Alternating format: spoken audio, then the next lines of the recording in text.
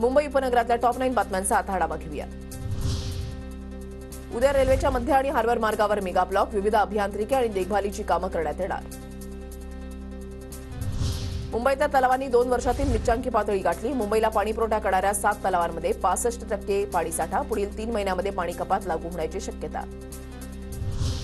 कांदिवली, बोरिवली, दहिसरमध्ये 9 जानेवारीला कमी दाबानं पाणीपुरवठा होणार. बोरिवली टेकडी जलाशयाची संरचनात्मक तपासणी केली जाणार.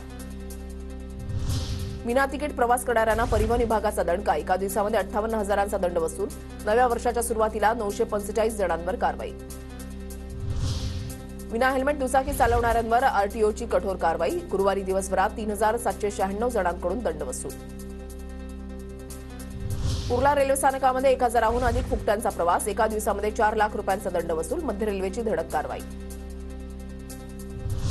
म्हाडाच्या मुंबई मंडळातर्फे लवकरच 170 दुकानांच्या ई लिलावासाठी जाहिरात प्रसिद्ध करण्यात येणार. भूखंडाच्या संख्येसह किंमत निश्चित होणार. कल्याण कृषी उत्पन्न बाजार समितीनं 7 वर्षांपासून केडीएमसीचं भाडं थकवलं. 35 लाखांवर थकबाकी गेल्यानं आता भाडं वसुलीसाठी पालिका ॲक्शन मोडवर. व्याजासह नोटीस बजावत कायदेशीर कारवाई करणार. पालघर जिल्ह्यामध्ये 8 जानेवारीला काही ठिकाणी हलक्या पावसाची शक्यता. हवामान खात्याचा अंदाज. नैऋत्य अरबी समुद्रामध्ये सक्रिय चक्रीवादळाच्या स्थितीमुळे पाऊस पडण्याची शक्यता.